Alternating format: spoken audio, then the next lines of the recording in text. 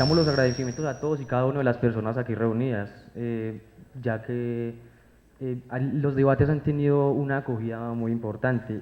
Estos debates que hacen parte del proyecto de estrategias de construcción colectiva en cabeza de la Rectoría, también llamados Batalla de las Ideas, gracias a los promotores Carlos Alberto Agudelo y Pablo Orlando Arango. Damos las palabras entonces al doctor Carlos Alberto Agudelo. Este es el tercer debate que se ha hecho en torno a la práctica, a la argumentación. Lo he dicho ya, esta es la tercera vez. La idea con estos debates es poner en práctica la argumentación en la Universidad de Caldas. Yo, por ejemplo, extraño mucho los debates argumentativos en la Universidad de Caldas. Y no solamente en la Universidad de Caldas, sino en todos los quehaceres de la vida. Yo creo que no podemos vivir seriamente si no es practicando seriamente la argumentación. Bueno, este es el tercer debate que se hace. Recuerden ustedes que el primer debate fue sobre toros, lo hicimos con 2 estudiantes. La metodología de esto es hacerlo con estudiantes y con profesores. En este caso lo vamos a tener entonces con 2 profesores, un profesor de Derecho y un profesor de Filosofía. En aquella ocasión los estudiantes era uno de Derecho y uno de Filosofía. Esa es como la idea. Sin embargo, pues la idea es que todos los estudiantes y profesores de la universidad se vayan vinculando a estos debates. Es más, que ustedes mismos propongan temas para que debatamos dentro de la universidad. Entonces, habíamos hecho un primer debate sobre toros, el segundo fue sobre la existencia de Dios, y ahorita de nuevo con el debate sobre toros. Estamos pensando ya en el que tiene que ver con el matrimonio igualitario. Ya tenemos el estudiante de Derecho y el estudiante de Filosofía para debatir sobre este tema. A eso le vamos a hacer pues el agregadito de la adopción, que es donde se pone la cosa como espeluznante, porque cuando uno va a defender el matrimonio igualitario casi que como que es muy fácil, la tendencia es a defenderlo muy fácilmente, pero le vamos a meter el tema de la adopción a ver cómo se va a poner la cosa. Eso lo vamos a hacer dentro de unos 30 días o por ahí, pues hacia noviembre vamos a hacer este debate. Entonces, profesores y estudiantes invitados, aquí no estamos representando políticamente a nadie, aquí solamente estamos, queremos con esto es, insisto, poner en práctica la argumentación. Hoy va a estar muy emocionante esto porque pues ustedes se van a dar cuenta que son 2 profesores y estos profesores van a tener una libertad para explayarse con la argumentación. Entonces aquí van a ver también muchos discursos retóricos, diría yo. Entonces vamos a estar pendientes de cómo va a ser esa defensa de las corridas de toros o no, o para decir definitivamente vamos a acabar con las corridas de toros en Manizales, en una región en donde las corridas de toros casi que es una cosa sagrada. Entonces yo no le quito más tiempo, yo quiero también escuchar a los 2 profesores. Entonces muchas gracias, qué bueno ver este teatro casi lleno. Yo no creí que iba a venir tanta gente. Entonces, como lo dijo el rector la otra vez, saquemos esto de la sala Carlos Nader porque allá no cabemos. Entonces yo espero que en el otro debate ya llenemos esto hasta el segundo piso. Muchas gracias.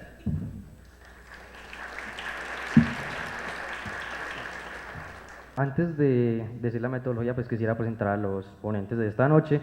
En su lado izquierdo tenemos al profesor Gustavo Restrepo, quien va a defender las corridas de toros. Él es abogado de la Universidad de Caldas, ex defensor del pueblo, y ha sido profesor de la universidad durante muchos años.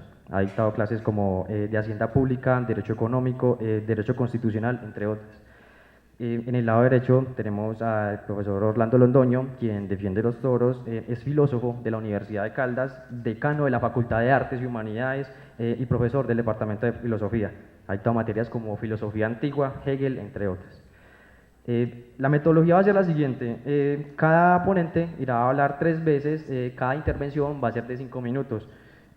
La primera pregunta va a estar rodeada de si es moral el toreo, la segunda sobre si debería prohibirse. Entonces, mientras que los ponentes van hablando, hay unos compañeros que van a ir recogiendo el nombre del que quiera preguntar en un papel, ¿sí? Pues se les pasará finalmente el micrófono al que quiera preguntar, tendrá 1 minuto para preguntar, el ponente tendrá 3 minutos para responder. Entonces, sin más preámbulos, ¿es inmoral el toreo? Tiene la palabra el profesor Orlando Londoño.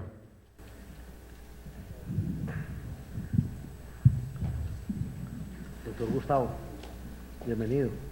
Gracias. Vamos a ver cómo nos va como lo publiqué temprano con las banderillas de las palabras hoy.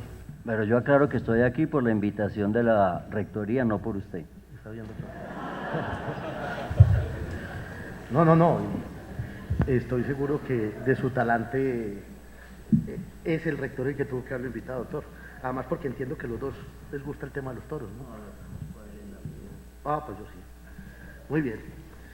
Muchas gracias a las estrategias de construcción colectiva, gracias a este maravilloso programa que lidera el profesor Carlos Alberto Agudelo y el profesor Pablo Rolando Arango. Sin duda, la serie de debates ha generado, digamos, una sensación de clima universitario y de vida universitaria muy interesante, y eso pues hay que agradecerlo en tanto es la posibilidad de encontrarnos a dialogar y a conversar y sobre todo a poner las palabras y los argumentos en un clima de pluralismo y de tolerancia en el que yo estoy seguro hoy no vamos a resolver nada. Este no es un tema para resolver, esto no es un tema para que digamos que se han dado verdades, pero que seguramente invita a la reflexión. Dice profesor Ayala, español: si yo fuera dictador de España, suprimiría de una plumada las corridas de toros, pero en tanto que las haya, continúo asistiendo. Las suprimiría porque opino que son socialmente un espectáculo nocivo. Continúo asistiendo porque estéticamente son un espectáculo admirable y porque individualmente para mí no son nocivas. Antes, sobremanera, son provechosas. Y son provechosas como un texto en donde puedo estudiar la bárbara psicología del pueblo español. Quiero, para empezar, aclarar varias cosas. La primera es que no soy un fanático y estoy en contra de todo fanatismo, de tipo ideológico, de tipo político, de tipo religioso, de tipo cultural. Considero que el fanatismo necesariamente conduce a la violencia y en tanto enceguece, anula toda posibilidad de autocrítica. Dos, que soy un consumidor habitual de carne y que no hago reflexiones acerca de cómo son sacrificados los novillos, los cerdos, los pollos o el pescado que consumo diariamente en mi casa. Considero que alrededor de la fiesta brava se ha construido toda una tradición que incluso goza de un bagaje literario amplio, no dejando de ser estéticamente atractivo todo lo que tiene que ver con la puesta en escena del festejo, la vestimenta y el estilo del torero, los cuadrilleros, los picadores, los molosabios, etc. Incluso hay un nivel de estética en los movimientos del torero, tanto con capote como con muleta, pero hasta ahí.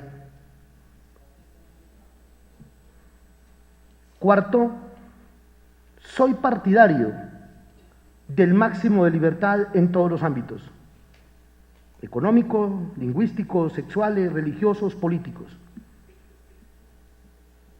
entre miembros de una comunidad. En ese sentido, soy partidario de la tolerancia en el sentido del racionalismo crítico.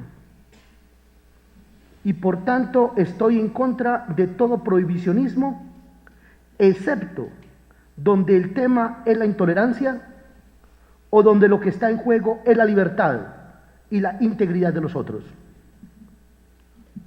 Por ejemplo, la violación, la tortura de niños, de mujeres y de hombres en general, o las corridas de toros. Pues como diría Mosterín, ellas son ya un caso extremo. En efecto, por muy liberales que seamos, nuestra sensibilidad moral debe permitirnos ver que esta práctica, como las peleas de gallos o de perros, son un acto absoluto de barbarie. Frente a si es inmoral el toreo,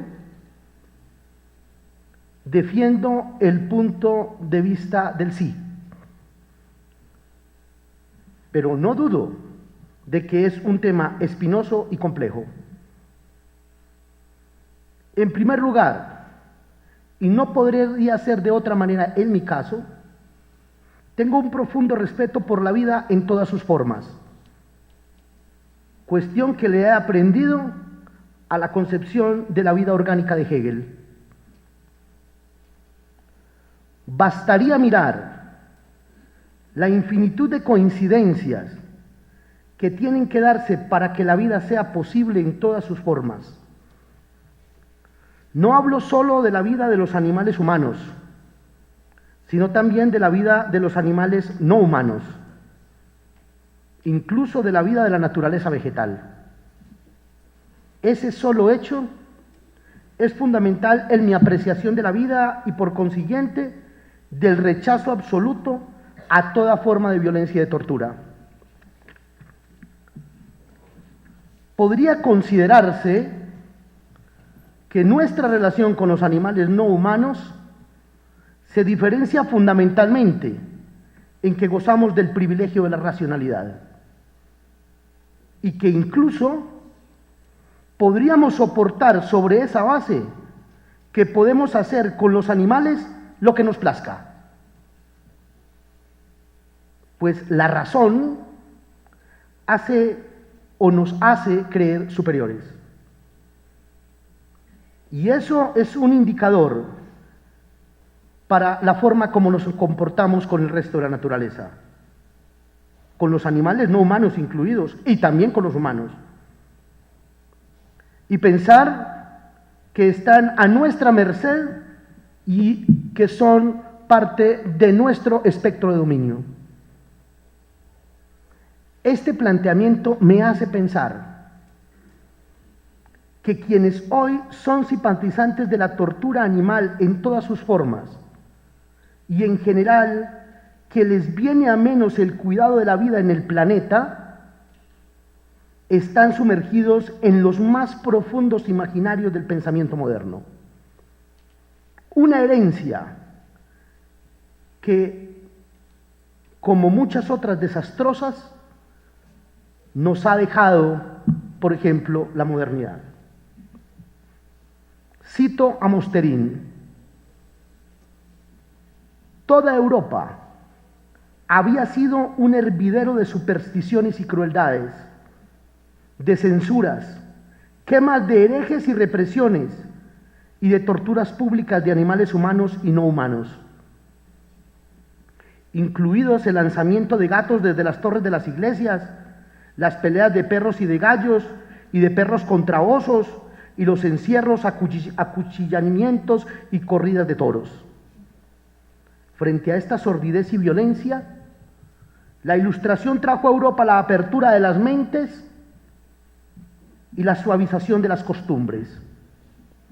Las tradiciones más sanguinarias fueron abolidas en casi todas sus partes. Sin embargo, en España, y pues por supuesto esa fue nuestra herencia, apenas hubo ilustración,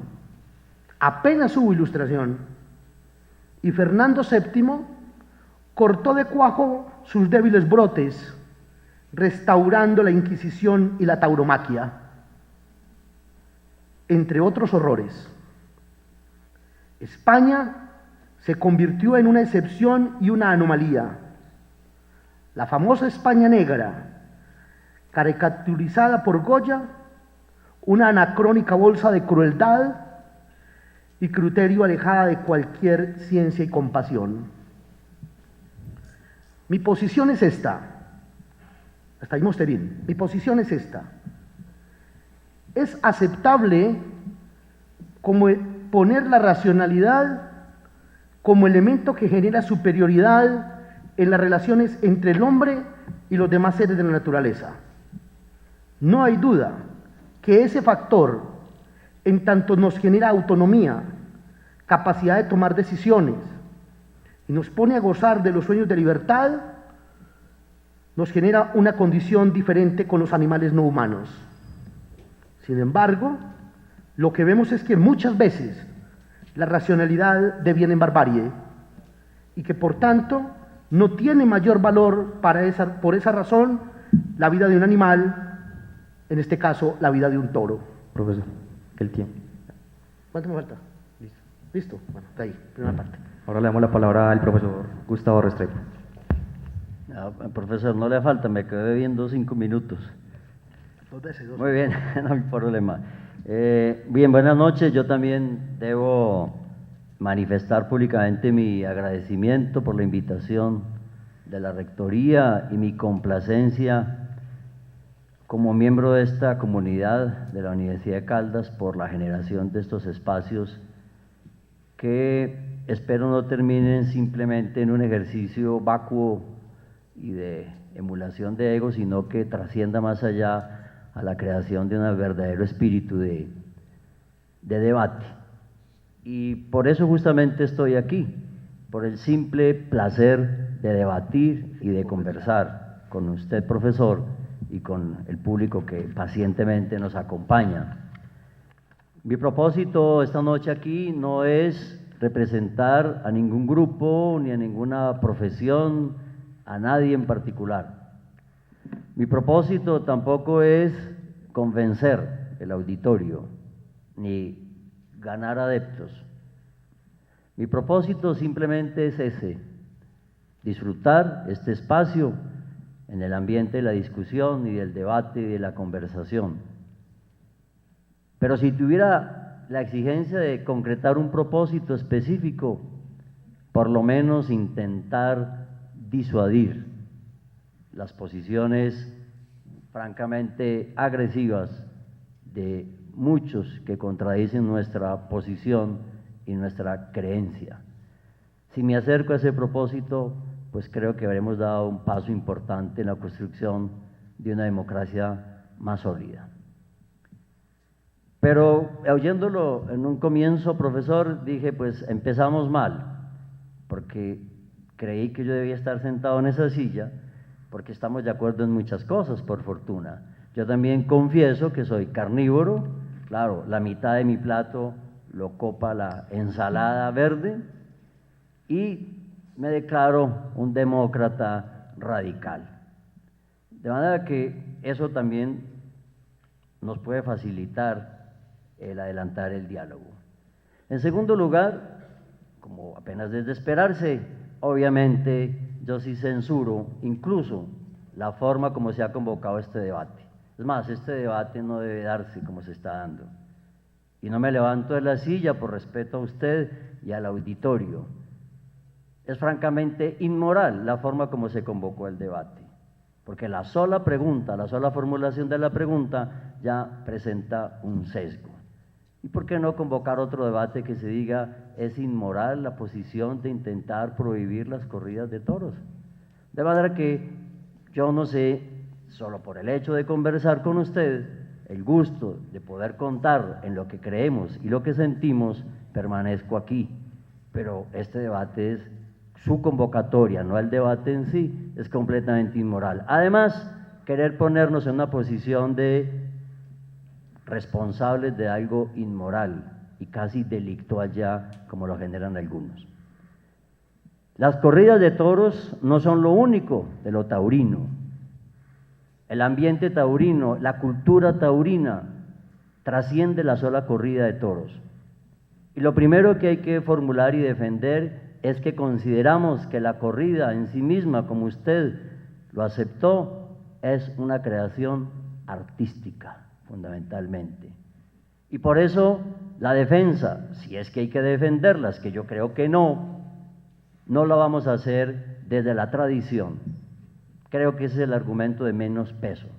Es a partir de la convicción de que lo taurino es un verdadero arte. ¿Y por qué es un arte?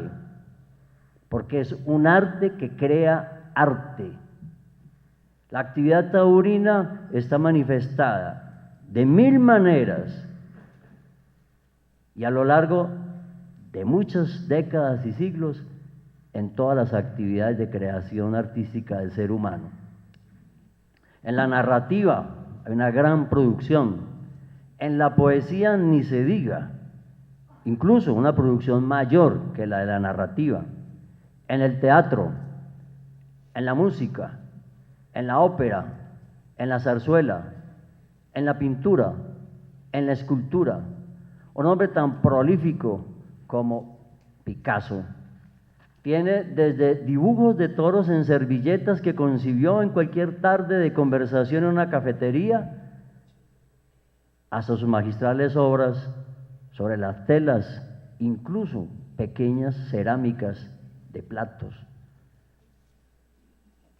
El teatro, decía, el cine, la fotografía, es un arte que crea arte, pero además un arte que aporta valores éticos y estéticos, como lo vamos a mirar más adelante, pero tiene otra condición especialísima.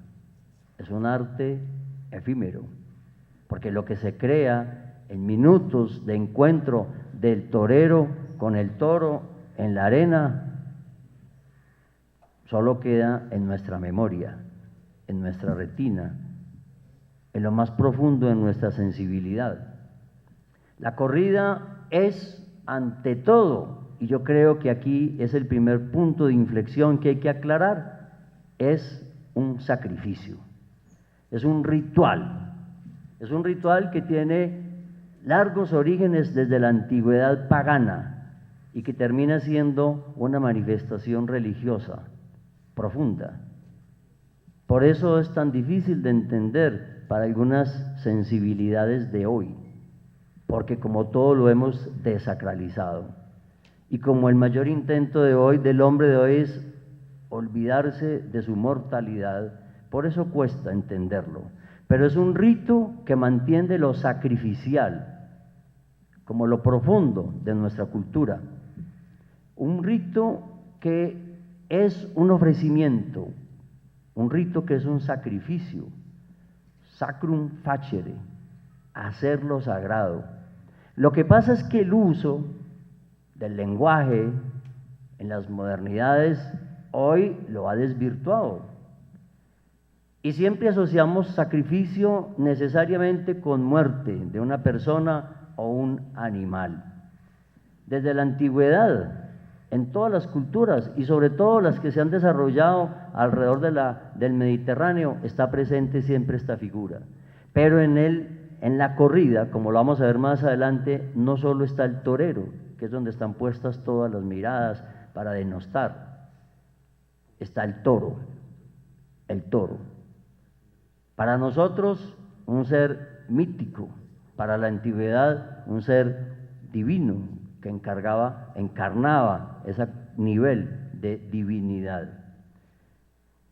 Y las profundas raíces de la corrida actual, que está sometida a reglamentos, a matices, a evoluciones, se pueden encontrar en raíces bien variadas. La caza del toro salvaje, antes incluso del Imperio Romano. Todo el trasegar de las culturas que se van formando, dije ahora, alrededor del Mediterráneo, para llegar hasta nosotros hoy. Pero el toro es el personaje importante, es el rey, y es a quien le debemos todo el respeto, toda la admiración y todo el buen trato, como lo vamos a ver enseguida, por su capacidad, porque es el personaje. Y no olvidemos que las corridas son de toros, y la gente va lamentablemente a ver el torero y no el toro, en toda su plenitud, en toda su potencialidad mítica incluso.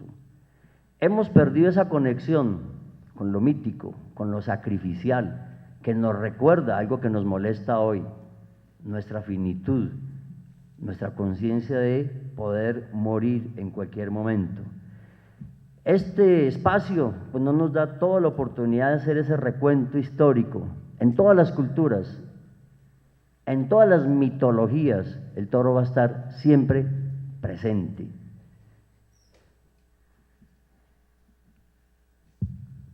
Es más, el otro personaje en la corrida es el torero. El torero entendiéndolo como un sacerdote. Giovanni Papini en el Libro Negro dice, es el último oficiante que queda. Y ese ritual que se respeta y que el público exige que se respete, es el que mantiene viva el sentido del sacrificio, el sentido de enfrentar la fatalidad, de enfrentar el riesgo a morir, de enfrentar la vida misma, que es así, cruel. Eso lo queremos olvidar en un mundo de pronto que intentamos construirlo desde lo kitsch. No, la vida es dura, es cruel. Y el toreo y la actividad misma en la plaza, que no se agota allí, sino todo lo que rodea el mundo del toro, nos recuerda ese trabajo. Ese trabajo de enfrentar dificultades, incluso desde el mismo Hércules. Por eso es un sacrificio, por eso es un ritual que tiene unos valores intrínsecos que no se pueden desconocer. Siguiendo con el debate, entonces tiene la palabra el profesor Orlando Londoño. Doctor Gustavo, empezamos mal. Empezamos mal. Y yo le digo una cosa, gracias a Dios esto se desacralizó. Imagínese usted, y usted que fue defensor del pueblo, imagínese nosotros haciéndole culto a la ablación y a la extirpación del clítoris de las mujeres indígenas, porque ¿cómo no vamos a conservar la cultura, conservar los ritos, conservar las creencias? Afortunadamente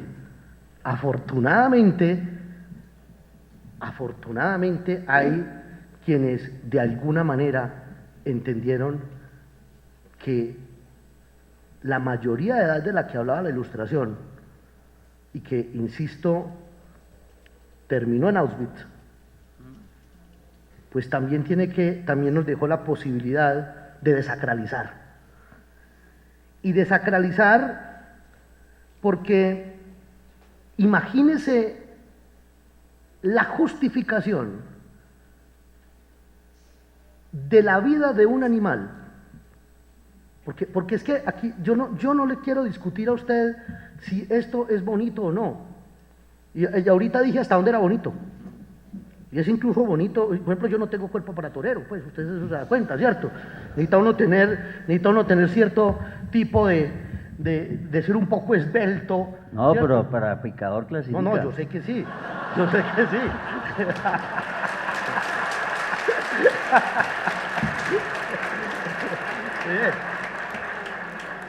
Botero seguramente lo tendría como modelo. Seguramente para monosaurio y todo eso, ¿cierto?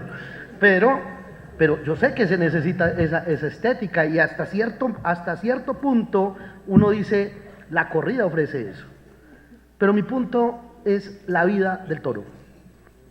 Y yo no quiero ni siquiera concentrarme en esta discusión con base en lo que dije ahora, en el hecho de todos los rumores de lo que pasa cuando el toro está en Toriles.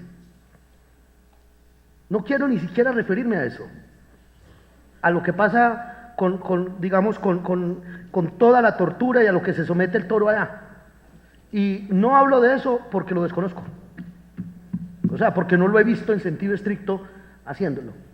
Pero hablemos solo de una cosa, de la vida del toro, y de cómo un individuo con alto nivel de conciencia, y de conciencia moral, porque para mí la pregunta sí tiene validez.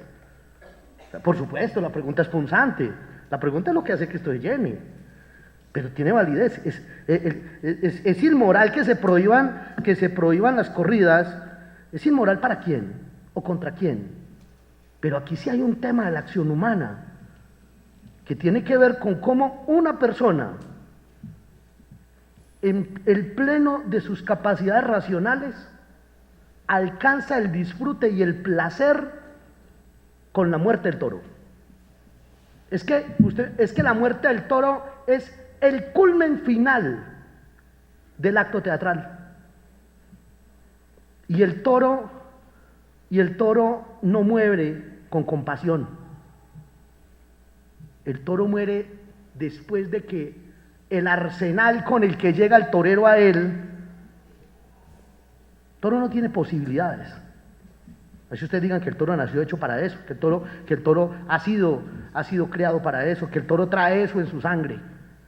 El toro no tiene posibilidades frente al arsenal del torero.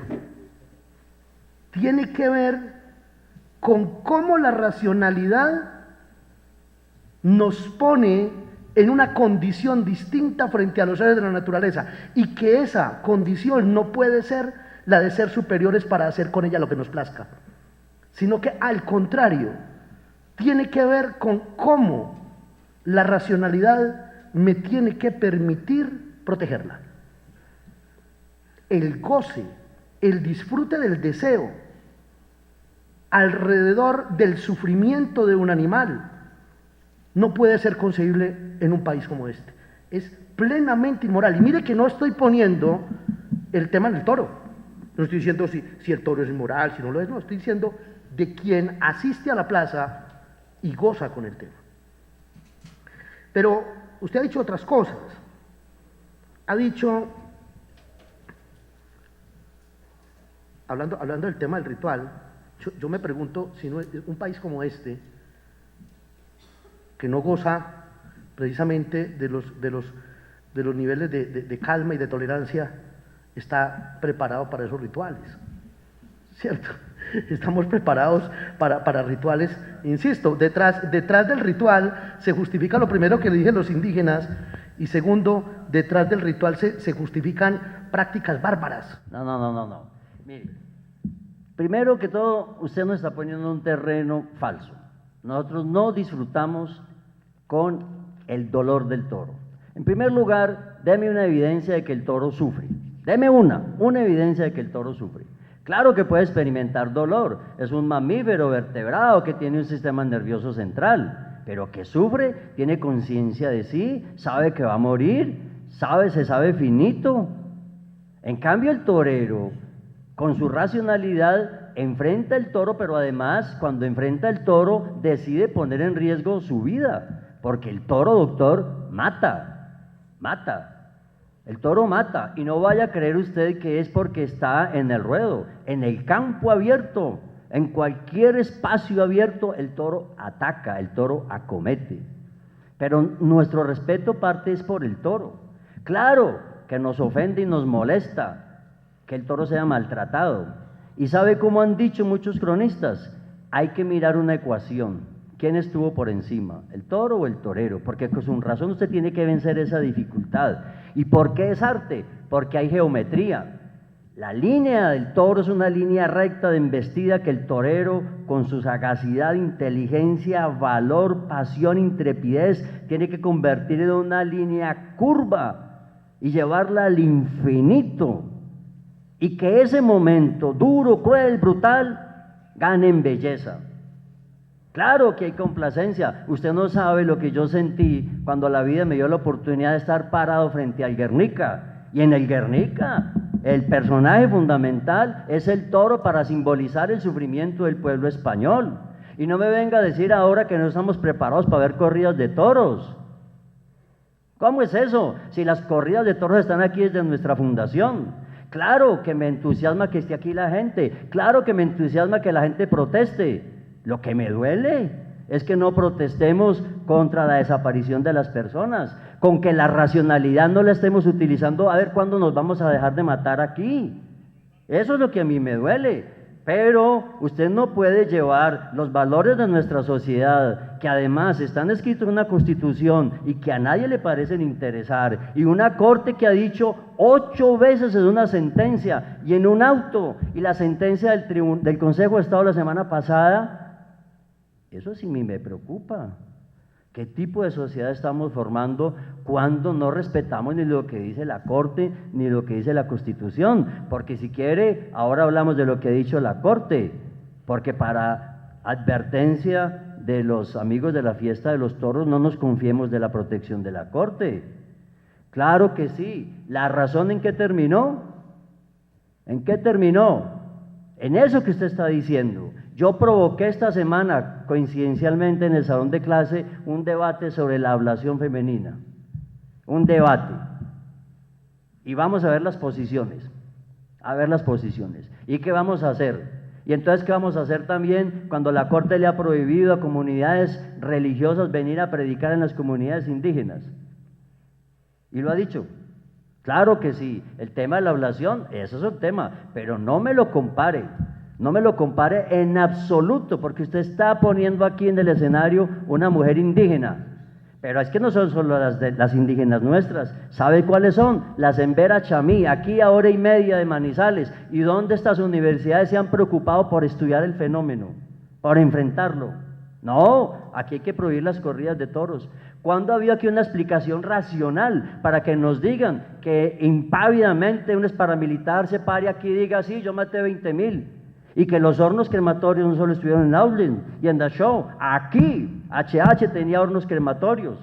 De manera que no me lleve el debate allá. Yo estoy hablando de un goce estético, el pasmo que me genera una obra de arte, la emoción que me genera una canción, una estrofa, un poema, ese arte efímero del toreo, que la fuerza bruta del toro, porque es eso, una bestia. Es un animal que acomete con ritmo, con técnica, usted lo convierte algo tan cruel y tan duro como la inminencia de la muerte en algo bello, en algo estético. Pero diferenciemos las cosas, diferenciemos las cosas. Aquí no estamos persiguiendo mujeres para violarlas ni nada. Es más, en este duro mundo del toreo, que es profundamente machista, las mujeres han tenido que abrirse un camino. Y no me vaya a venir ahora con el cuento que es una reafirmación de la masculinidad, porque las he visto muy cojonudas delante de la cara de los toros. Y además el tema de las prohibiciones, mire, el tema de nos hemos enfrentado a las bulas papales, y el ejemplo de Fernando VII le quedó incompleto. No fue únicamente Fernando VII, fueron muchos reyes que siquiera ahora los repasamos, y Fernando VII la restablece y crea las escuelas de tauromaquia, que fue un paso adelante por organizar, adecentar, si usted quiere, la práctica taurina. Profesor. Pero no me haga a mí responsable de las decisiones de Fernando VII. Doctor. Que para eso, preguntémosle entonces al levantamiento de los comuneros. Listo. Pero terminamos. Pero no traslademos. Terminamos entonces esta intervención, seguimos con la tercera y última intervención, entonces le damos la palabra al profesor Orlando Londoño. Lo legal no necesariamente es legítimo. Es que no estamos reclamando que nos ampare la ley. No estamos reclamando el amparo de la ley. Yo renuncio a la protección de la ley y renuncio a la protección de la Constitución. Le voy a demostrar por qué no la necesitamos. Yo no he mencionado aquí el argumento legal, en toda la noche. No lo he mencionado. Me acaba de hablar del desconocimiento de la Constitución. Me acaba de hablar no, usted con esa posición la está desconociendo. No, usted, no, claro señor. que sí. Profesor. Porque nos quiere llevar al prohibicionismo. Yo lo que le estoy diciendo es el hecho de que la Corte esté diciendo que sí se pueden hacer las corridas y no a la prohibición de las corridas, eso no hace que el hecho de las corridas sea un tema legítimo. Y tiene que ver. Entonces, ¿quién? No. ¿Usted? No, por supuesto que no. Si no es la Corte, entonces, ¿quién? No, es que hay. Ahora vamos a depender entonces, sometamos el tema a La Habana, doctor.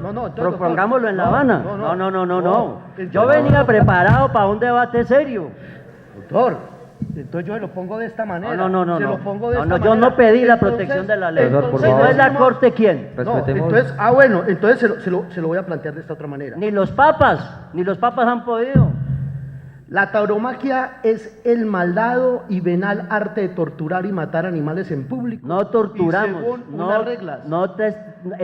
Respete el lenguaje. No, perdóneme, No, no, perdóneme. pero- Es que no, es Profesor, que por favor. déjeme hablar. Por favor, Déjeme hablar, doctor. Y estoy Profesor leyendo, Orlando. y estoy Profesor, leyendo por a la favor, UNESCO respetemos- 1980. por favor, respetemos el tiempo. Entonces tenemos 5 y 5 minutos, por favor, habla cada ponente. Dígale al doctor que no estamos en una audiencia.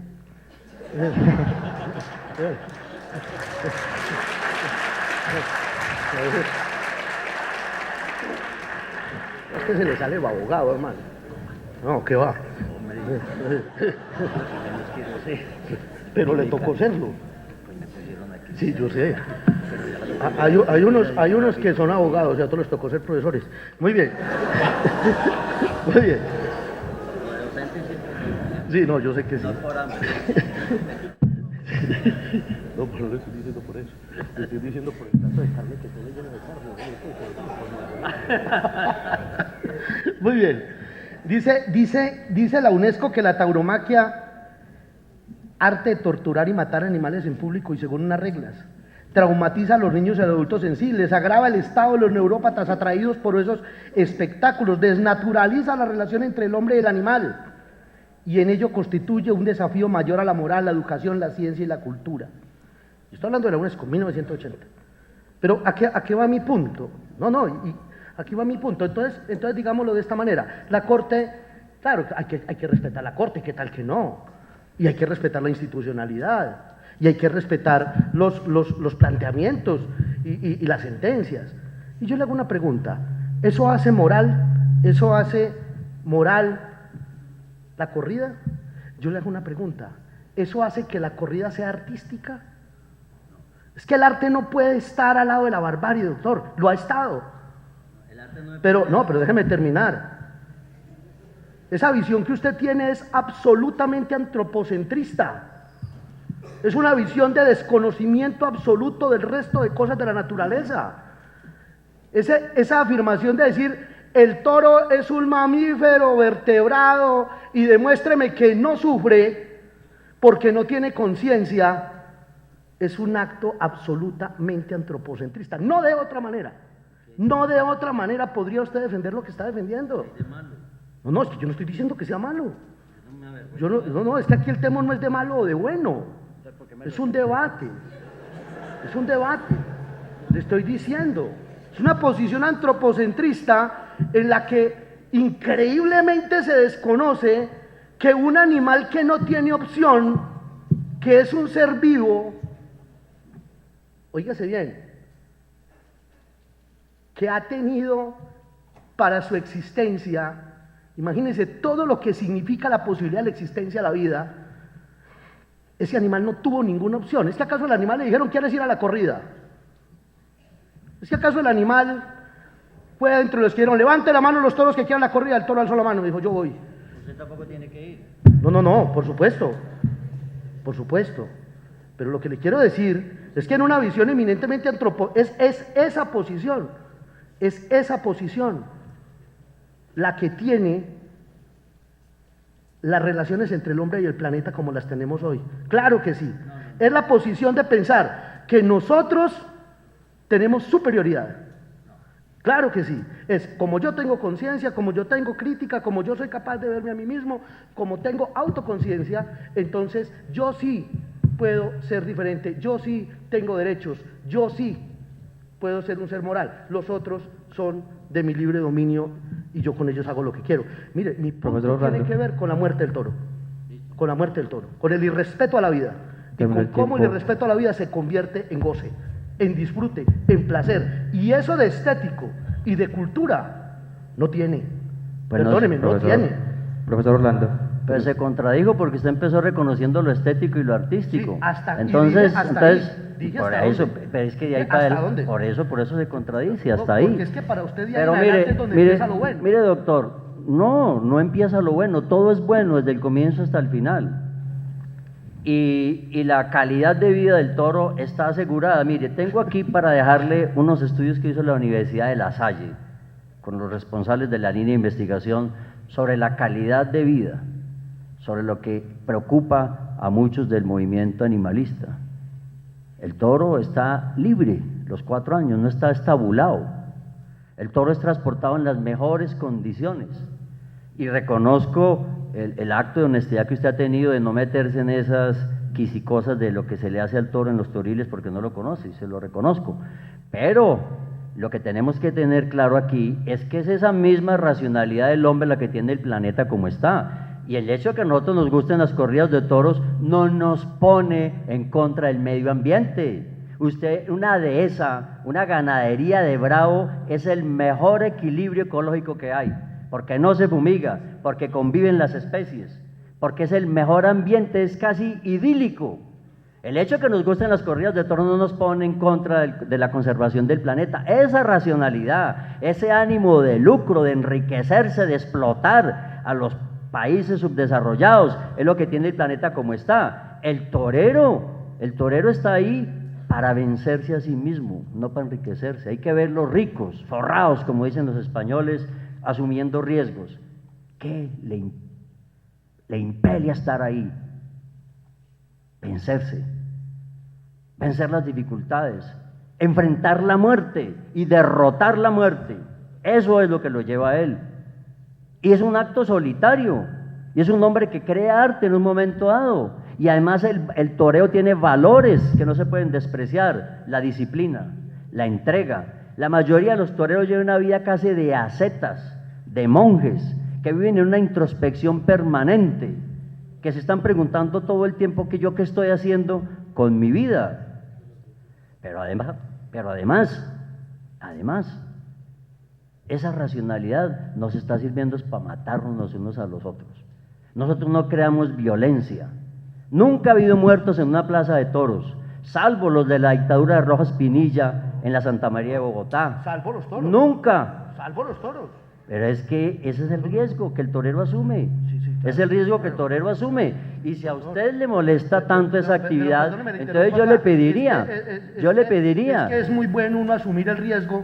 Racionalmente, voluntariamente, es un acto de no, doctor, por Dios, no, mire, los toreros están vivos gracias al señor Fleming, que inventó la penicilina. Por eso se mueren menos toreros hoy, por Fleming, que inventó la penicilina, y por eso tiene una estatua, un grupo escultórico prodigioso al lado de la Plaza de las Ventas. No un torero, el señor Fleming. Por eso no hay tantos toreros muertos, y porque la ciencia, la medicina y los cirujanos de toros, que no pueden ser cualquier cirujano, los tienen vivos. Si no, tendríamos una cantidad de muertos. Y además, toreros que caen fulminados en la arena con un toro que ya está muerto, como el Gillo, le partió el corazón. Claro, ese es el riesgo que se asume, pero no lo pongamos en ese plan de pugilato, porque no lo es. En cambio, este plano al que ustedes nos llevan de prohibir, y yo creo que el último segmento lo tenemos que dedicar, como se lo voy a dedicar, si es que nos queda otro, a los riesgos del prohibicionismo.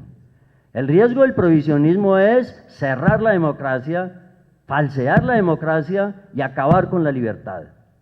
Porque entonces, con el mismo tema del prohibicionismo, entonces yo voy a adelantar una campaña, una hipótesis para alimentar el debate contra ciertas prácticas de deportes peligrosos. Por ejemplo, kickboxing, por ejemplo. No hay reglas, no hay nada, son dos seres humanos enfrentados, pues que tomaron la decisión de enfrentarse. Hágalo en la privacidad. Pero es que además es una mercancía que se vende, y a altas sumas, por los canales de televisión. Eso es otra cosa que deberíamos hablar. Ahora, usted me habla de las supersticiones de Europa y de la racionalidad. Doctor, por Dios, fuimos a la Luna y volvimos. Vamos a Marte y escarbamos y analizamos el material que hay en Marte. Hemos descubierto más planetas. Lo que yo aprendí en primaria y bachillerato ya no me sirve. A mí no me daban de física cuántica, me sabía de memoria el nombre de los planetas. Y todavía hoy la gente sigue yendo a que le lean los números, a que la angelología está dominando esto, a nuevas religiones la religión maradoniana y la del señor Tom Cruise, y ya desbaratamos el átomo y sabemos que lo que a mí me enseñaron en física no sirve, y todavía seguimos visitando los expertos. Sintonicen la radio una noche de estas para que se den cuenta de la cantidad de programas que hay de numerología. Y todos los que llaman es a dar las gracias. Gracias, profesor, me gané la rifa. Supersticiones, angelología. No. Claro, cada época traerá sus supersticiones y sus propias brujas. Lo que hay que impedir son las nuevas inquisiciones. Eso es lo que hay que impedir y contra eso hay que luchar. Claro que sí. Se acabó el Y el tiempo, prohibicionismo es una nueva forma de inquisición. Porque ¿a quién estamos haciendo daño? ¿A quién? Si el toro está dotado por la naturaleza mejor que nosotros para defenderse. Mire, los que hemos sufrido accidentes, de caídas, los que hemos sido atracados en la calle, hemos sabido cómo, uno no se pregunta cómo soporta uno el dolor después de un ataque o después de un accidente. El toro está capacitado por la naturaleza para, como atleta que es, soportar esos umbrales de dolor. Pedimos que sean muy estrictos en el tiempo para que no nos alarguemos. Ahora haremos un lapso de 3 minutos para que quienes tengan preguntas, por favor, levanten la mano. Doctor. 2 minutos, por favor, profesor Orlando. ¿Rematamos? No, pues sí, pero que me Sí, dio sí, 2 por minutos, eso, ¿no? no. Es claro. Su punto, créame que usted lleva esto como a ocultar lo que ocurre en la plaza y a ocultar lo que hay detrás. Es que me parece increíble que usted esté hablando, por ejemplo, de los combates de kickboxing como un acto verdadero de barbarie en la que 2 hombres conscientemente decidieron enfrentarse. Y usted está colocando... Pero no estoy pidiendo y que está los prohíben, no, lo prohíban, los y está censuro, no colocando me al gustan, toro, no me agradan. y está colocando, y por eso, y a quienes no nos gustan las corridas, tampoco nos agradan. Pero no nos las prohíban. Bueno, No nos jodan más, no nos persigan más. No nos persigan más.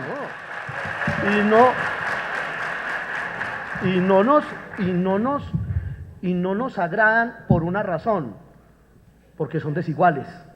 No. Porque son desiguales, porque es que el toro no es un atleta, porque es que el toro no toma decisiones, porque es que el toro no tiene conciencia.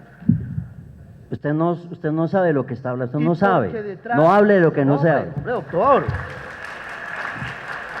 ¿cómo es posible que usted esté comparando la situación de un toro en una plaza? Yo no la comparo, la está comparando usted para criticar la corrida. No la estoy comparando. Claro que sí, claro que sí. No, estoy diciendo lo que me Profesor parece Gustavo, censurable. La intervención es de... Y último, y no hablemos de mercancías, que usted y yo sabemos cuánta plata se mueve y de qué tipo Sí. detrás de las corridas. ¿Cuáles detrás? ¿Cuáles? Le damos la Detrás de las palabra. corridas de toros. No hablemos de mercancías. Claro, La palabra hablemos profesor también, Gustavo. hablemos también del dinero que manejan las multinacionales que financian los movimientos animalistas también. Cuando quiera hablamos de eso. A ver si hablamos de eso. Porque lo que vamos a concluir ya. 2 minutos para que Bueno, concluya, listo, profesor gracias. Gustavo. Sí.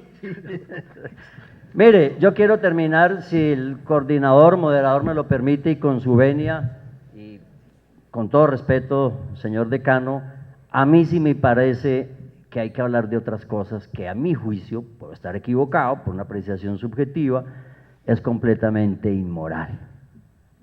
Prohibir es inmoral. La deforestación incontrolada en este país es inmoral. ¿Cómo es posible que no haya autoridad que pare lo que están haciendo en la Ciénaga Grande de Santa Marta, empresarios particulares acabando con la Ciénaga Grande? Yo quisiera ver este país en pie defendiendo la Ciénaga de Santa Grande, la Ciénaga Grande de Santa Marta. Es inmoral. Las 500.000 hectáreas que el paramilitarismo le quitó a los campesinos en un proceso de contrarreforma agraria. Y no lo dice el PC3 ni Voz Proletaria, la Contraloría General de la República en un informe escrito que se puede consultar. Para mí es inmoral las fosas comunes en este país, que este país haya tenido incluso programas de televisión llamados NNs para no identificar a nuestras víctimas. Es inmoral que todavía tengamos desaparecidos. Es inmoral aquello de los ataques de la guerrilla con los cilindros de gas. Es inmoral que todavía tengamos que seguir cuidando y curando gente por las minas antipersonales. Es inmoral la corrupción de la clase dirigente política y privada. Y altamente inmoral. Yo quisiera ver la juventud de este país protestando porque de 10 niños diagnosticados con cáncer, 9 se mueren por falta de atención y no porque no contemos con la medicina. Me parece inmoral que la gente se siga muriendo en las puertas de los hospitales. Me parece inmoral que se derriben aviones civiles, como el que derribó a Pablo Escobar en Avianca, o los que derribaron en el vuelo de Malaysia Airlines con un misil ruso. Y me parece inmoral que la Fuerza Aérea de los Estados Unidos bombardee un hospital administrado por Médicos Sin Frontera. Y me parece inmoral que Médicos Sin Frontera hubiera reclamado apenas 30 millones de euros para contener el ébola, y esa misma semana se cerraba la transacción de un jugador del Real Madrid por más de 100 millones de euros. Terminamos, profesor Gustavo. Me parece inmoral que el ejército colombiano siga haciendo batidas para llevarse a nuestros jóvenes al servicio militar obligatorio. Me parece inmoral que el Ayuntamiento de Barcelona haya prohibido a Morante de la Puebla fijar un cartel, una creación artística, rememorando a Picasso para promocionar un evento taurino. Terminamos así la Y me intervención. parece La inmoral, y me parece inmoral que un individuo con toda la racionalidad disfrute y goce de la muerte de un toro en una corrida de toros.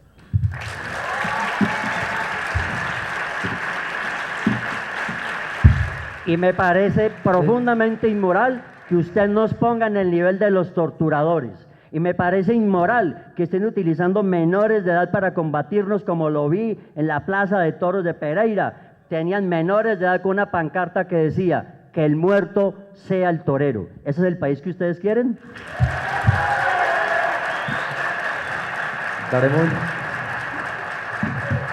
Daremos un lapso entonces de 3 minutos. Los que tengan alguna pregunta, por favor, escriben su nombre en un papelito, los compañeros estarán recogiéndolo. Cristina Uchima Borges. Bueno, mi pregunta es para el doctor Gustavo Restrepo, aunque antes me gustaría pues hacer un preámbulo sin el ánimo pues de ubicarlo a usted en la mitad de un choque de trenes, porque le recuerdo que el Consejo de Estado, contrario a la Corte Constitucional, sí considera que las corridas de toros no deben existir, y en una de sus mejores providencias se plantea este interrogante: si la noche estrellada de Van Gogh podría equipararse al circo romano, que en otras épocas fue considerado arte. Pero mi pregunta realmente está animada por una avidez de aprendizaje, y es el siguiente: ¿cómo logra usted objetivar el arte? ¿Cómo logra usted un concepto objetivo de arte? ¿Por qué lo que para unos es bonito, por qué por lo que para unos cuantos es bonito, tiene que ser bonito para el resto? Y en cuanto al prohibicionismo, pues creo que parte de la base de conceptos objetivos. Entonces, pues creo que objetivamente matar es malo y por eso se prohíbe matar entre seres humanos. Claro que hay una gran diferencia. Listo. Es solo una apreciación. Muchas gracias por la pregunta. 3 minutos. Ya.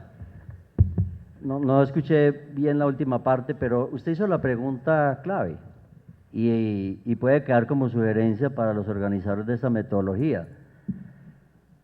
¿Qué es el arte? Es la pregunta difícil, es la pregunta de la noche y que no se puede contestar aquí. Amerita un debate. El concepto de arte ha cambiado tanto y según las épocas. Y voy a tomar prestado una frase de Pedro Calderón de la Barca, solo para hablar de la música, como una de las artes. Y Calderón de la Barca dice: música es todo aquello que hace consonancia. Frente a la definición de Calderón de la Barca, estos ritmos de hoy, que son monorítmicos, perdónenme la redundancia, encajarían en la definición de Calderón. La pobreza rítmica y la pobreza melódica de algunas composiciones que se escuchan hoy a diario de pronto no encajan en lo que Calderón nos dijo. Hace mes y medio se abrió una exposición en una galería muy famosa en Nueva York, donde se monta una obra de arte y está configurada a partir de, en el óleo, en el lienzo está ubicado excremento humano. Hitler consideró que buena parte del arte que encontró en el resto de Europa, y ahí cayó en desgracia Picasso, era un arte decadente y que por lo tanto no se debía ver. La revolución cultural en China prohibió durante mucho tiempo a Beethoven y a Mozart, por ejemplo. Hasta hace muy poco, a mí me enseñaba en la escuela primaria, doña Inés Ospina de Pérez, en la escuela Higinio de Jesús Correa, una escuela pública, la pared es el papel de la canalla. O sea, en la pared no se raya, no se escribe nada. Y perseguíamos grafiteros, todavía los matan. Y hoy hablamos del arte urbano. Cuando yo hablo del goce, es el goce estético, de lo que puede sentir el hombre en toda su plenitud y toda su complejidad de complacencia frente a algo que está bien hecho. Desde la manera de servir un sancocho hasta la obra más encumbrada de la literatura o de la filosofía. Y esa cita, que hay que revisarla, que es el doctor de la UNESCO, porque ya Francia adelantó un trabajo muy interesante en la UNESCO para declarar la fiesta taurina como Patrimonio Cultural de la Humanidad. La UNESCO también dijo hace poco que el arte es apenas un conjunto de prácticas y actividades humanas completamente abierto, completamente abierto. Por eso yo considero que es un riesgo defender las corridas de toros desde la ley únicamente o desde los fallos de la Corte, porque la Corte también se asustó y empezó a limitar mucho más allá de lo que ha debido ir. Y porque no hay tiempo ahora aquí, pero traía preparado toda una presentación de que esos fallos de la Corte tienen muchas contradicciones si interpretamos el principio de unidad de la Constitución y el principio de proporcionalidad y el principio de jerarquía, que me lleva a decir incluso que ni siquiera el Congreso puede prohibir las corridas de toros. Pero arte es eso. Por eso me quedé con lo de la UNESCO, una concepción abierta.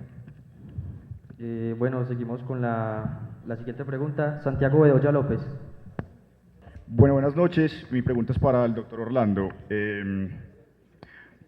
Quisiera preguntarle si usted conoce realmente cómo son los toriles, debido a que ahorita mencionó a que ocurren un sinfín de cosas que supuestamente o usted hace pensar a la gente que ocurren allá. Quisiera saber si usted conoce realmente qué ocurre en toriles, y si no conoce también lo puedo invitar a que cualquier día vaya y conozca, si no entre a la corrida de toros, porque sé que no le gusta, al menos entre a toriles para darse cuenta cómo realmente es el trato del toro allá. Seguramente en el momento en que yo me refería a ese tema, usted tuvo un microsueño, porque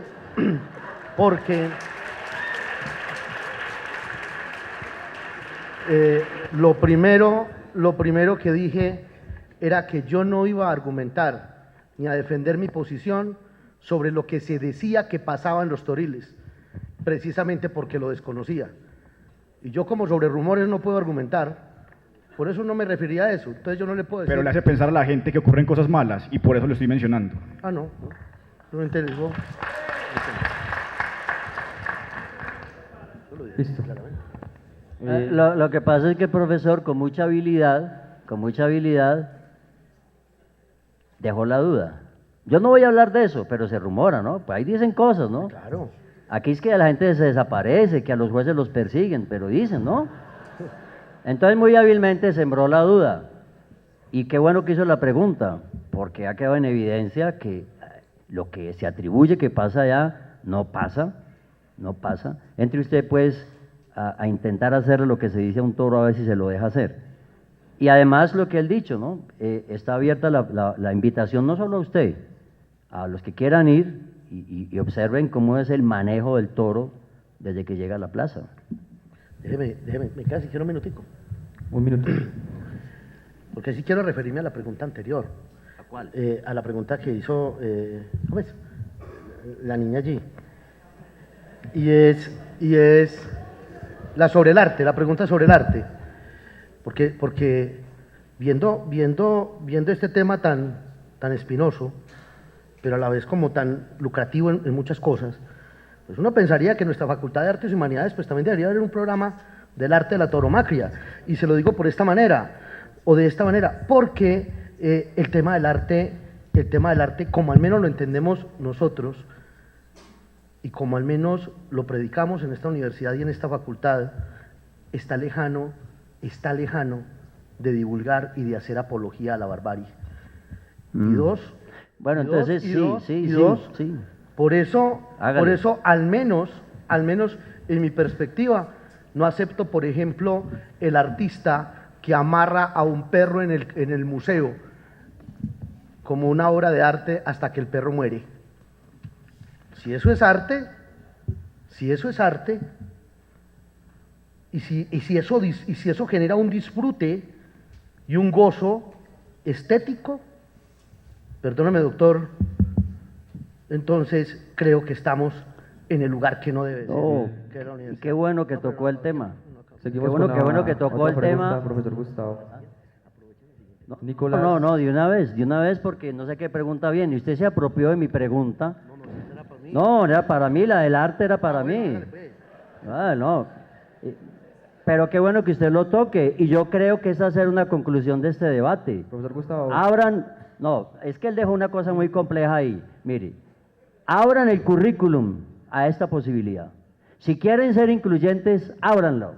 Porque si además usted quiere insistir en la prohibición de las corridas de toros, dígame entonces, ¿cuándo van a empezar a quemar las obras de arte como esta reproducción que tengo aquí de Botero? ¿Cuándo? Porque entonces, ¿qué hacemos con los museos? Y es que para Si la corrida hay que acabarla, entonces hay que cerrar los museos que tienen obras de arte basadas en el toro, y que cuando el niño o el visitante vaya al museo no entre a esta sala, porque entonces sean coherentes. La creación que se desprende de la actividad taurina es el arte. Entonces, ¿cuándo van a empezar a quemar las obras de arte? Digan, para ver qué hacemos. Digan, para ver qué hacemos, porque se quedarían muchas salas de los museos del mundo vacías. ¿Qué vamos a hacer con la obra de Picasso? Dígame. ¿Qué vamos a hacer con Goya, que usted lo citó ahora como crítico de la España negra? Pero no lo tome prestado para criticar. Si alguien enalteció la fiesta de los toros fue Goya. ¿Y qué vamos a hacer entonces con las obras de arte? ¿Qué vamos a hacer con los toros de Farnesio, que están en el Louvre y que no tienen que ver con los artistas de hoy? Profesor Gustavo. Porque ¿qué está enalteciendo esa obra? Eso es lo peligroso de la posición de ustedes. Abran el currículum si quieren ser incluyentes a esta concepción del arte. Seguimos con la otra pregunta, por favor.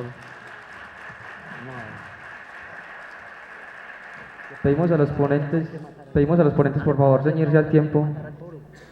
Nicolás Echeverry. No hay que matarlo.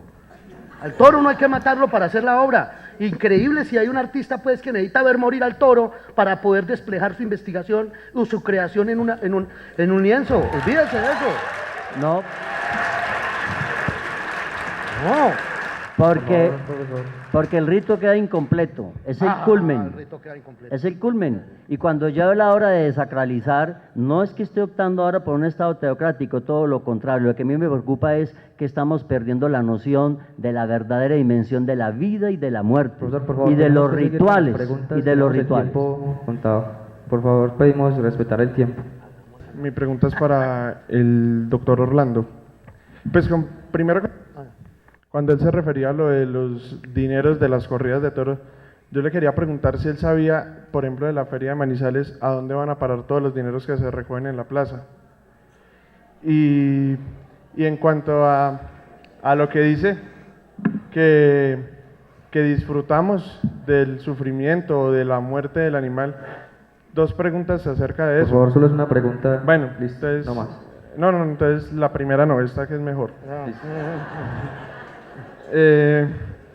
¿En base a qué o en qué fundamento dicen que el toro sí sufre?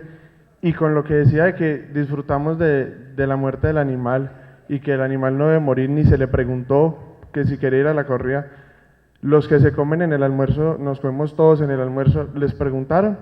O por lo menos se sabe en qué condiciones llegan a los mataderos y cómo salen. la muerte más digna que puede tener un animal es la muerte que se le da en un ruedo. Es la muerte más bella. La pregunta, por favor, precisa.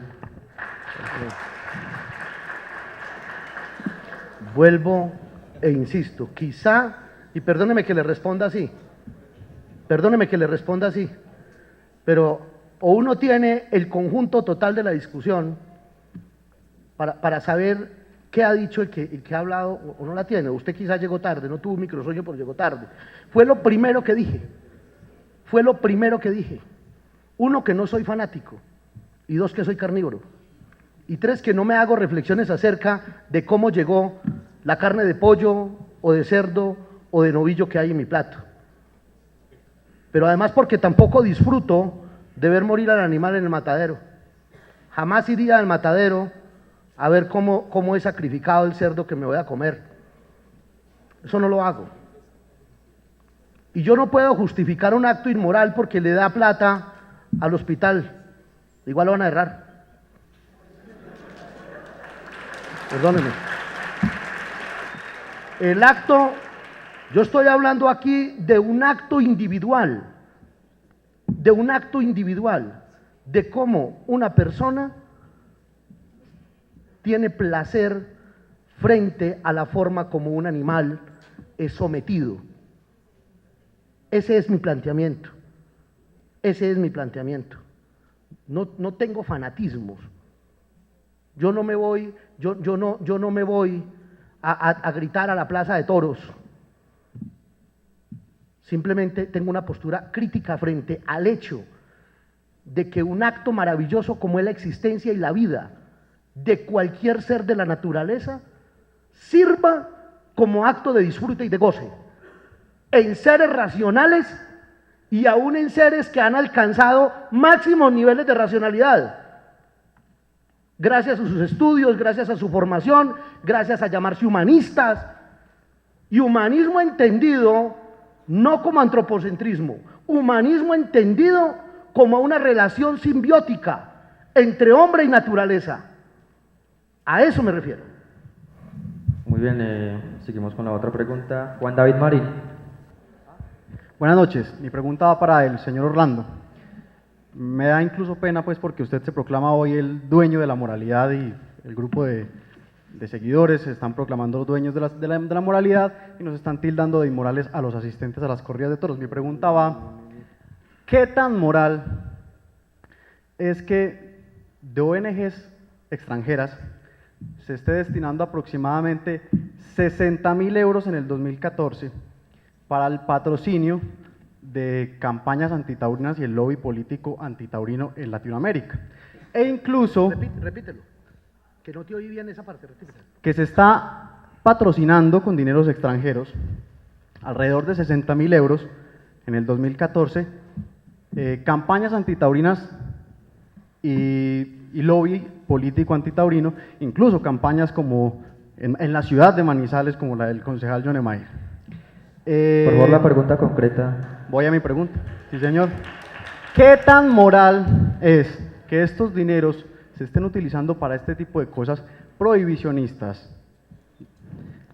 Mientras en Colombia se mueren niños de sed, en La Guajira, ustedes o los grupos antitaurinos estén destinando este recurso para mandar menores de edad pagos a boicotear los espectáculos taurinos, es decir, convirtiéndolos en delincuentes. Gracias.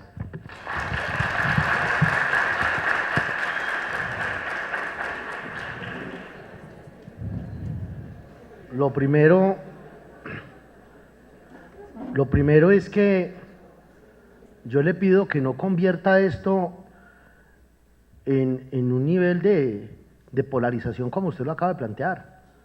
Y dos, esto no es polarización. Dos. Y segundo, le pido respeto. Le pido respeto. Porque al menos yo estoy planteando aquí un punto de vista acerca de por qué considero.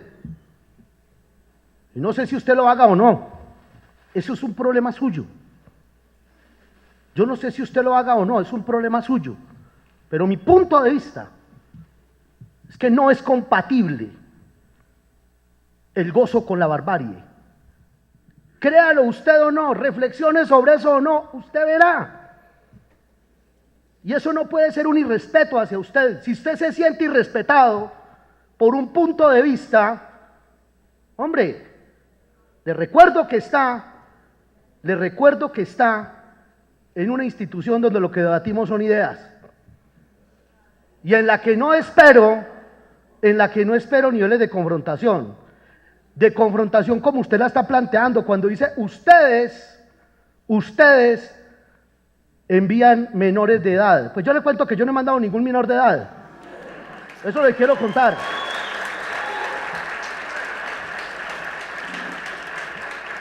Y también le recuerdo, y quizás sí sea inmoral también ese acto, quizás sí lo sea, es más, lo es, él lo es, pero quiere que le cuente cuánto dinero se gasta promoviendo la fiesta brava del Manizales desde muy temprano del año anterior, buscando la venta de abonos.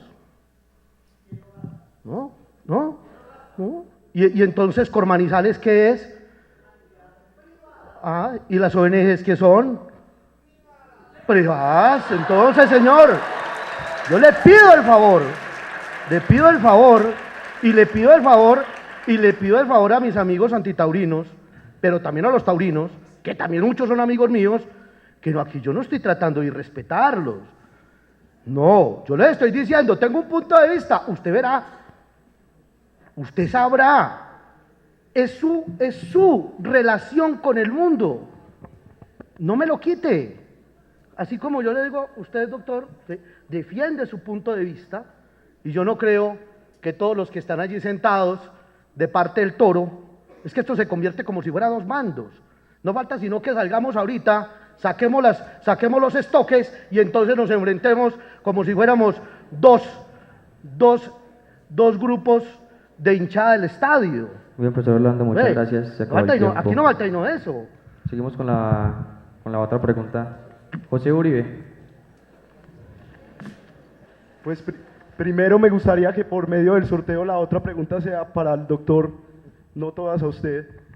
Le quisiera decir, yo ya me di cuenta estos 2 días, gracias a la vida, cuál es el problema que hoy pasa entre... Por favor, no comentarios, bueno, la pregunta concreta. Bueno, lo que pasa entre estos antitaurinos y taurinos, como lo hacen llamar, es la ignorancia de los que se hacen llamar antitaurinos. No ignorancia de persona, ignorancia hacia los toros, hacia los taurinos y hacia la vida taurina.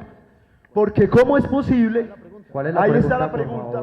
¿Cómo es posible que un decano de universidad pueda establecer que los derechos de los animales están por encima de los derechos de los toreros, de los niños que aspiran a ser toreros, de las personas que viven día a día de lo que pasa en la plaza de toros?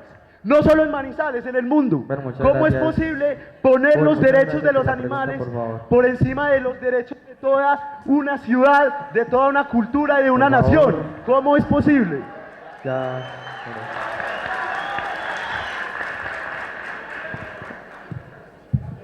Y esa pregunta, ¿había alguna pregunta allí?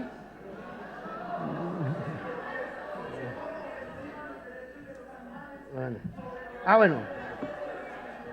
Muy bien, por favor. Le voy a responder primero una cosa a la que además vuelvo y le pido cordura. El que está sentado aquí no es el decano de la facultad. El que está sentado aquí es un profesor de la Universidad de Caldas. Es eso. Es eso.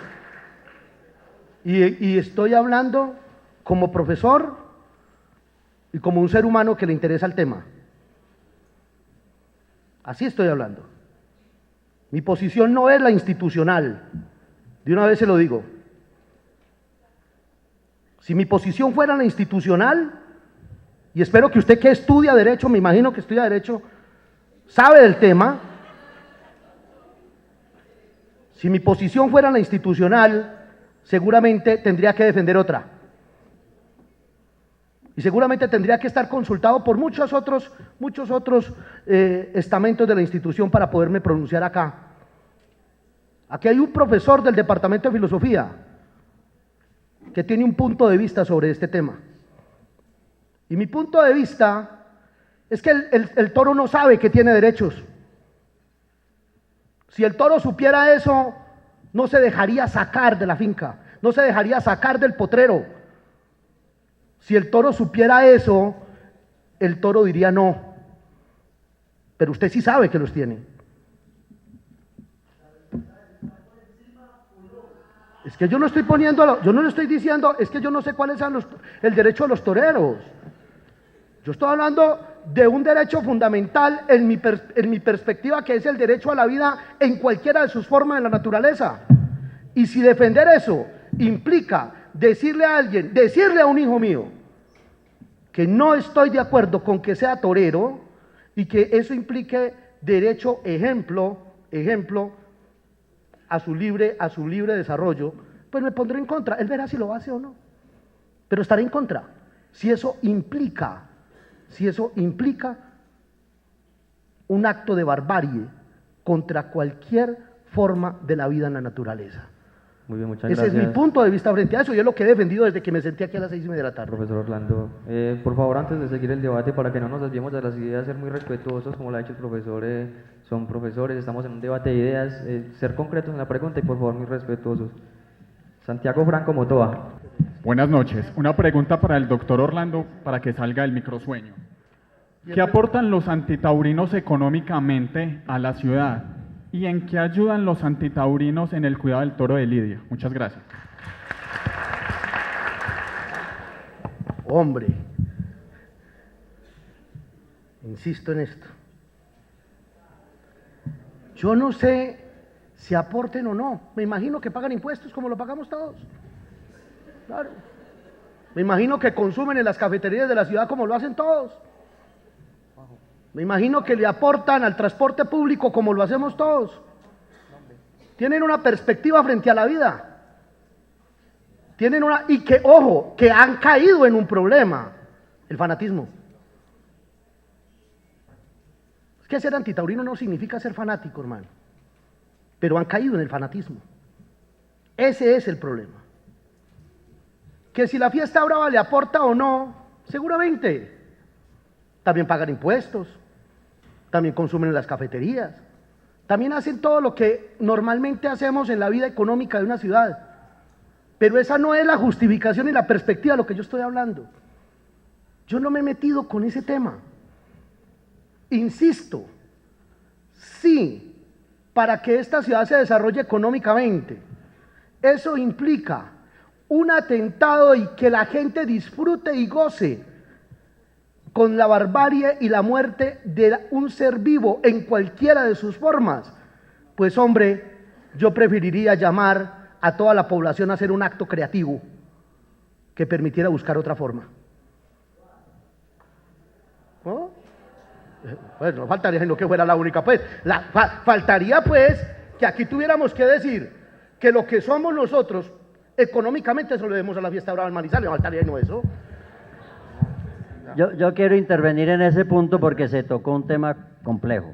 Un minuto, profesor Gustavo. Sí, pero no puede quedar en el aire una cosa complicada que se dijo aquí, cuando se habló de los derechos y derechos fundamentales. Si algún derecho fundamental está en peligro es el de los toreros y el de los aficionados a la fiesta brava. Ese es el derecho que está en peligro. Con todo el respeto que le he profesado, la admiración al profesor Mocus, en la pasada campaña presidencial hicieron esa pregunta. Bueno, ¿y qué vamos a hacer con la tauromaquia? Bueno, que no. Bueno, a renglón seguido. Doctor Mocus, ¿y qué hacemos con los toreros? Y el profesor Mocus contestó, los reubicamos laboralmente. No, qué pena, con toda la sapiencia del profesor Mocus. Los toreros son artistas. Un artista no se reubica laboralmente. Y ahí empieza, dicho en el mejor sentido, no peyorativo, la ignorancia, de ignaro, el que no conoce. Un artista no se reubica laboralmente. Ni tiene por qué la corte venir a decir, es que yo no me voy a parapetar en la corte, si eso es arte o no, es que no, la corte no tiene por qué decir eso, ni el Congreso siquiera. y menos en la época en que el 30% del Congreso estaba en poder de los paramilitares. La Corte, doctor, en el año 90, antes de que tuviéramos Tribunal Constitucional, dijo que no se podían equiparar ni los animales ni el ser humano en el tema del tratamiento frente a la ley. Pero como estamos en esta onda del animalismo, eso es lo que yo quiero llevar el debate a. ¿Qué tipo de sociedad vamos a crear? Hoy los hoteles y los almacenes de Tokio están atendidas por robots. Hoy son los derechos de los animales que ustedes propugnan, que no los tienen. Mañana va a ser el derecho de los robots. Y cuando les pongan inteligencia artificial, que ya está creada, dígame a dónde vamos a ir a dar. ¿Para dónde nos llevan? Gustavo, seguimos con la otra pregunta. Jorge Eduardo Londoño.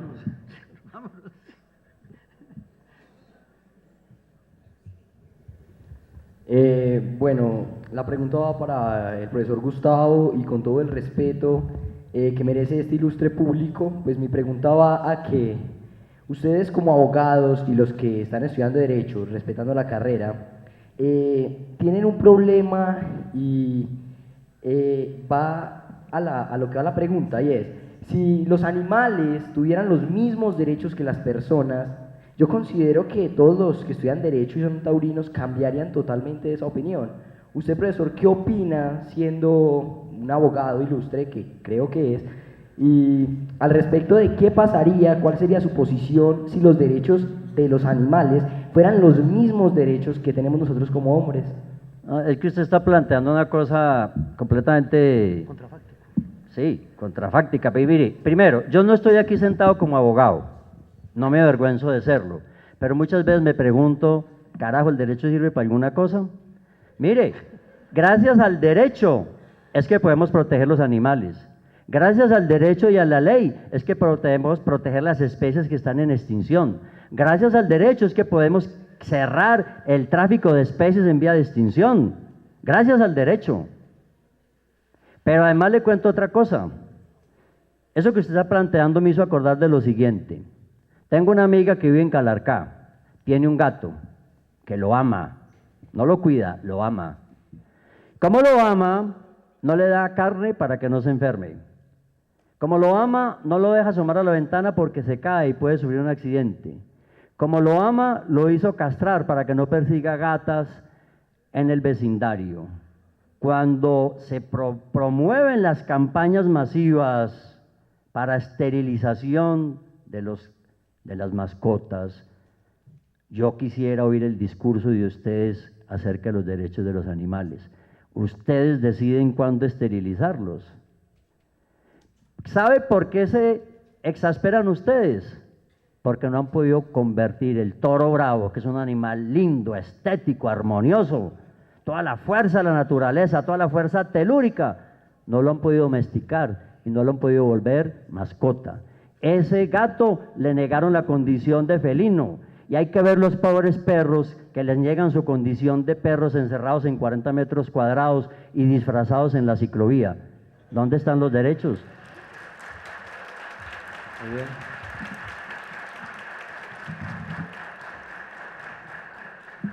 Francisco Toro. Buenas noches. Profesor, me alegra saludarlo, profesor Orlando, profesor Gustavo. Tiempo sin poder saludarlo, no sé si por mi condición de taurino. Aprendí mucho de usted, profesor Orlando, y usted lo sabe, más aún cuando repetí introducción a la filosofía. Pero no por taurino, ¿no?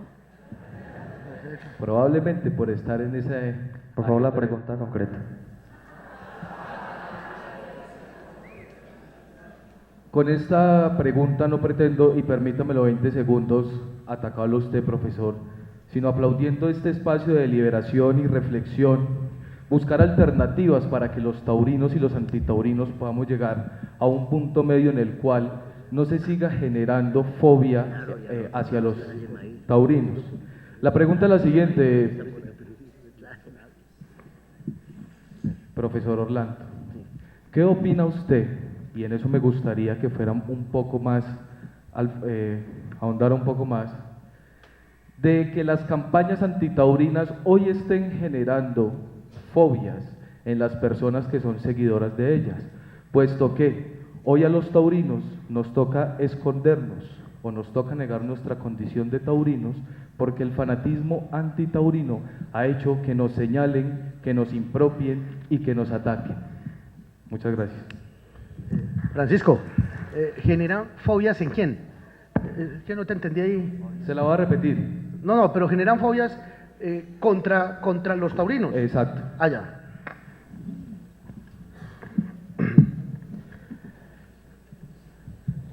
Vuelvo sobre un tema que planteé al inicio.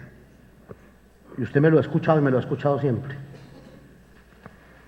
El problema de las ideas, el problema de las, digamos, de las formas y las perspectivas que uno tiene frente al mundo y frente a la vida, empiezan a caer también en barbarie cuando se convierten en fanatismo o en religión.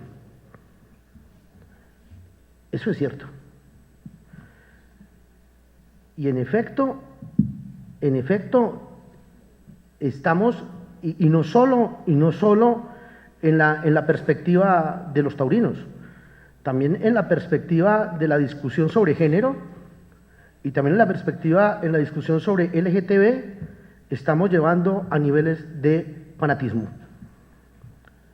Eso que a veces pensamos que solo queda para las religiones y que lo vemos claramente cuando un musulmán, un partidario de ISIS va y se inmola y mata 80, 100 personas con una bomba y uno dice, oh, qué fanatismo, ¿qué es eso? ¿Cierto? Eso mismo está ocurriendo aquí con este tema. Mire, la vicerrectoría académica de esta universidad ha tomado una bandera muy importante y es la bandera del pensamiento crítico. Y es de cómo alrededor de toda la formación, aún en los saberes específicos o incluso desde los saberes específicos, en cada uno de los programas tiene que haber como objetivo el desarrollo del pensamiento crítico. Y eso tiene que ver con esto que estamos haciendo hoy, con la capacidad de deliberar, con la capacidad de plantear ideas, de construir argumentos y de ser capaz de conversar, pero de no perder ni la crítica ni la autocrítica. Lo dije en mi segundo renglón, en mi segunda tesis del día, dije, el gran problema del fanatismo es que se enceguece como se enceguecen las ideologías y termina aún negándose la autocrítica. Esto es un tema de conversar, esto es un tema de dialogar, claro, esto no puede ser un tema de señalar. Esto no puede ser un tema de señalar. Pues yo no voy a empezar a mirar mal al doctor Gustavo, pues porque va y asesora la Plaza de Toros, ¿cierto? La presidencia de la Sala de Toros, de la Plaza de Toros. Yo no voy a hacer eso. Y nunca lo he hecho. Compartimos muchas cosas, como la comparto con quienes van a toros. Eso, yo no tengo problema con el que va a toros. Yo simplemente estoy planteando un punto de vista, y ese punto de vista tiene que ver con que yo consideraría que esa persona que lo hace, hombre, tiene una perspectiva frente al mundo que tiene que ver con cómo, y yo no aceptaría que él goce con el disfrute de ver morir a un animal allí. Ese es mi punto de vista. Pero claro, mire, esto que estamos haciendo hoy es importantísimo y tiene que ver con una jugada seria, muy seria de la universidad, contra el fanatismo y contra el dogmatismo.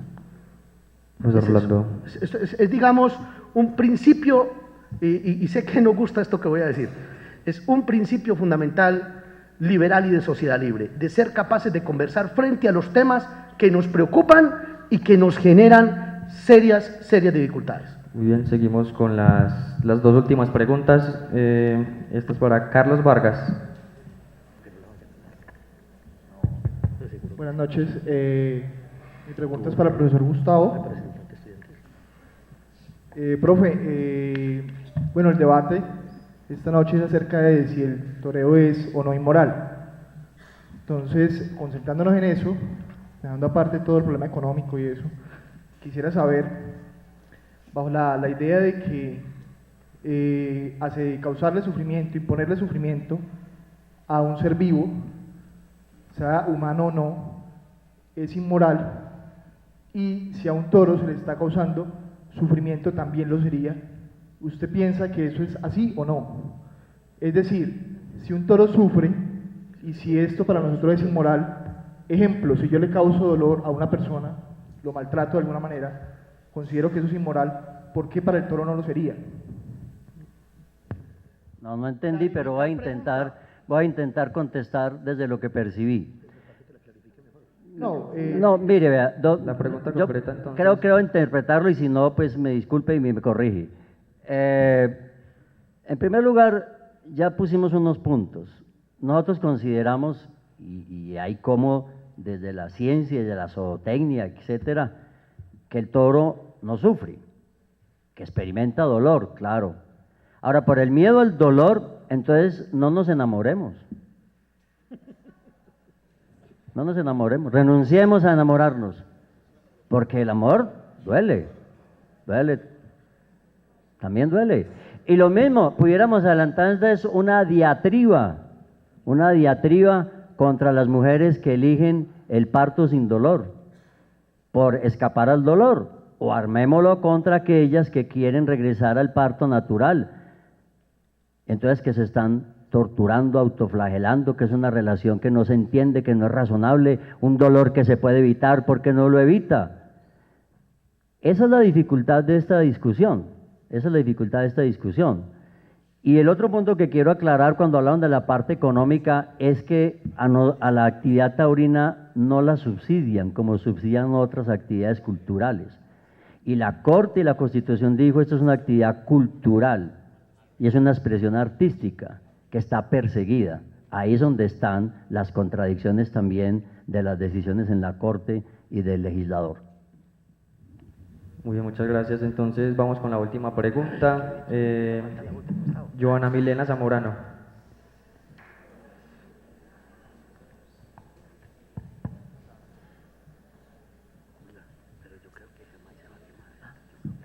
Buenas noches. Esta pregunta va dirigida para los dos. Bueno, la tauromaquia se define como arte gracias a la existencia de verdaderas artes que la representan mediante películas, libros, cuadros, entre otros. Entonces podríamos utilizar el mismo argumento de los taurinos para decir que las representaciones artísticas que estéticamente muestran las masacres de los paramilitares, como las obras de Botero, o los cuadros de Botero, o las películas de la Segunda Guerra Mundial, que muestran que fueron masacrados los civiles tras operativos que fueron preparados con crueldad, ¿es entonces válido matar humanos para crear arte? Bien, con la pregunta va dirigida para los dos, entonces cada uno 3 minutos, por favor. Es para los dos. Despáchese. Ya voy yo. No, yo lo primero que digo es que nos dé un tiempito mientras cuidamos las obras de arte y las ponemos a buen recaudo. Lo de Botero es que gracias al arte él puede denunciar las torturas en Abu Ghraib y lo que puede ponernos de cara otra vez la violencia que no hemos podido superar en este país con la secuencia que tiene la violencia en Medellín. Es gracias al arte que tenemos que discutir acerca de esa infinita capacidad que tenemos de matarnos. Pero cuando dije lo del toreo, es que la actividad taurina toda, no solo lo que ocurre en la plaza, es un arte que crea arte. Muy bien, el profesor Orlando. George Steiner sostiene que toda la idea de la ilustración moderna y del arte moderno, digamos, todo lo que había alrededor de la concepción moderna del hombre ilustrado fue un fracaso que devino precisamente en Auschwitz.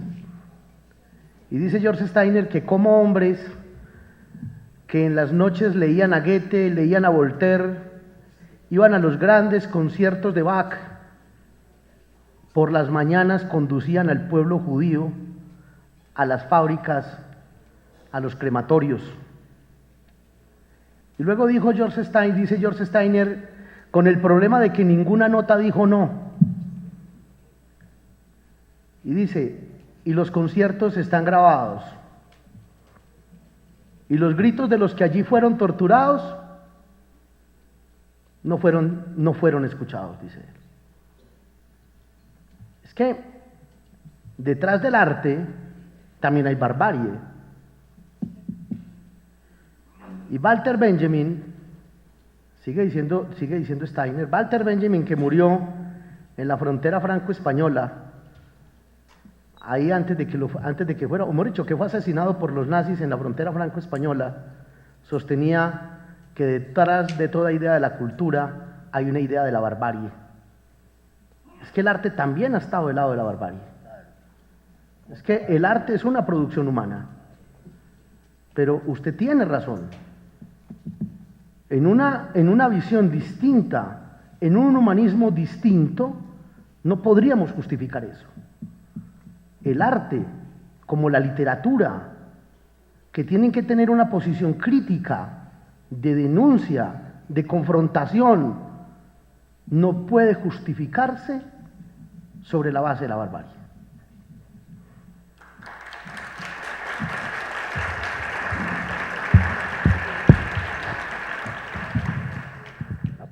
Lo ha dicho cierto, el arte ha sido también medio para la propaganda y justificar grandes atrocidades, de manera brutal.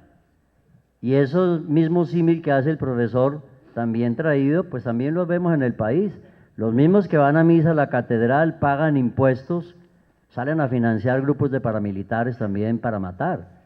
Nosotros aquí, nuestra excusa de la creación artística jamás va en contra del ser humano, lo enaltece como mito, como hombre que se supera las dificultades. Eso es el torero. Damos por culminado así entonces el debate. Antes de terminar, entonces pido un aplauso para los dos panelistas.